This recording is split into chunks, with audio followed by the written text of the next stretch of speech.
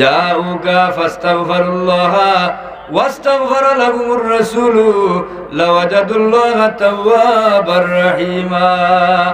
আল্লাহ তো ফরমাইছেন আমার হাবিব কেউ যদি আপনার খান্দা তাই আমি আল্লাহর কাছে তওবা করিলাই, আপনি মুহাম্মদুর রাসূলুল্লাহ যদি তার পক্ষ থেকে আমি আল্লাহর কাছে শাফাআত করিলাম, আমি আল্লাহ তার তওবা কবুল করমু। তে ফয়লাটা দলিল হইলাম ডাইরেক্ট কোরআন শরীফ আছে। এর বাদে বলেন ওয়াল জুদু, এখানের মধ্যে আছে দয়া। আল্লাহর নবীর কাছে দয়া কতখান কোরআন শরীফ আছে নি? কোরআন শরীফ আছে লাকাদ জাআকুম রাসূলুম মিন আনফুসিকুম আজিজুন আলাইহি মা আনিতুম হারিসুন আলাইকুম বিল মুমিনিনা রাউফুর রহিম। মুমিন হলো দয়াবান নবী হইলা রাউফ এবং রহিম। আল্লাহর দুই সিফত রাউফ এবং রহিম, এই দুই সিফত আল্লাহ নবীরে দান করছেন। সুবহানাল্লাহ। নবী পাক সাল্লাল্লাহু আলাইহি ওয়াসাল্লাম রে আল্লাহ ঘোষণা করেন আমার নবী হইলা রাউফ এবং রহিম, নবীর কাছে দয়া আছে। ও আতব্বে খন ইয়া রাসূলুল্লাহ এই কবরের মাঝে দয়া আছে। সুবহানাল্লাহ। এই কবরের মাঝে দয়া আছে। ওয়াল কারামু, আর এই কবরের মাঝে সম্মান আছে। যদি হোক সুবহানাল্লাহ, সম্মান আছে নি না?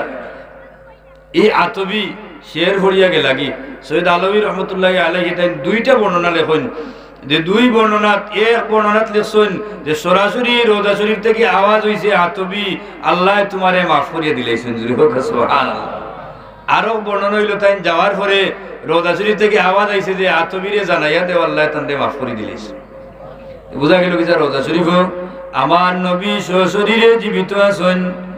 আমার নবী রোজা শরীফ সশরীরে জীবিত আছেন। খালি আমার নবী নাই, যত নবী রাসূল হলি জমিনে আইছেন সব নবী রাসূল হলরে আল্লাহ পাক রব্বুল আলামিনে কবর শরীফ জিন্দা রাখছেন। শেষ নাই ইরজাকুন, এরারে কবর শরীফ রিজেক দেওয়া হয়। সুবহানাল্লাহ। আমরা লাগান নাই, নবীর সব কিছু আলাদা, এরা কবরও জীবিত, এরারে রিজেক দেওয়া হয়। কবরও তাইকা সব কিছু হইতে পারবে। এর লাগি আল্লাহ রাব্বুল ইজ্জতে ফরমাইন ওয়ালাল আখিরাতু খায়রুল লাকা মিনাল উলা। ও আমার হাবিব ই জিন্দেগিটা কি ইন্তেকালের পরের জিন্দেগি আপনার লাগি আরো ভালো। যদি হোক সুবহানাল্লাহ, আরো উত্তম। যদি ফরমান হায়াতি খায়রুল লাকুম ওয়া মামাতি খায়রুল লাকুম, আমি জীবিত অবস্থায় দিলা তোমরা লাগি, ইন্তেকালের বাদেও আমি তোমরা লাগি উত্তম। সুবহানাল্লাহ।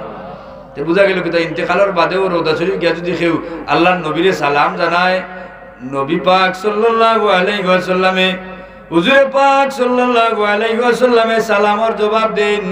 যে উম্মতর খান আছে নবী লগে ইন্টারনেট লাগাইলাছে, সালামর জবাব সরাসরি শুনতে পারো। আমি হযরত মুহাদ্দিস হুজুরের জবান মুবারক থেকে একটা কথা শুনছিলাম, বলিয়া গুম্বদে খাদরার বাইকে আমরা চাই। হুজুরে ফরমাইছিল বলে গুম্বদে খাদরার বাই চাইলে যারার চৌক আছে এরা কোনটা দেখতে পারে। সুবহানাল্লাহ। কিতা বলে যারার চৌক আছে এরা গুম্বদে খাদরার বাই চাইলে আল্লাহর নবীরে দেখতে পারে। সুবহানাল্লাহ। এলাই কসিদার মধ্যে বেলা লাগছে না, গুম্বদে খাদরা দেখিলে ও শান্ত মন প্রাণ জুড়ায়, দয়াল নবীর বিরহে মন কেদে কেদে দিন কাটায় গো, কেদে কেদে দিন কাটায়। পর্দা খুলে দাও গো দেখা, পর্দা খুলে দাও গো দেখা, শান্ত করো আমারে চেতাকি সবুজ মিনারে, নবীর দর্শনে চেতাকি সবুজ মিনারে। আমি নবীর দর্শন পাইবার দায় সবুজ মিনারও চাইয়া থাকি। সবুজ মিনার ভাই চোখ লাগাইয়া চাইলে চোখ যদি চোখ লাগানো আল্লাহর নবীর নুরানি চেহারায় আনোয়ার দেখা যায়। চোখরে চোখরে বানাই তুই বলা চোখ তো অনেক আমরা কোন বাদ হরিয়া তুই আছি মোবাইল দিকে, মোবাইলে যত নারিং বিরিং আছে ইটা দেখকে আমরা চোখ দিওটা একবারে বরবাদ হয়ে গেছে। চোখ মুজলেও খালি হতা বাসে। এ বেটার বলছি বা নমাজ কিতা পড়তাম হাসাও কিচ্ছা নাই। নমাজ কিতা পড়তাম সদ্যাত গেলে দেখি সাবনুরে নাচে জুড়ে হোক না ই কথা আমার মনে রয়েছে। আল্লাহর বন্ধাবাদে হেদায়ত হয়েছে, নমাজি হয়েছেন, দাড়ি দুড়ি আসুন এখনো আসুন।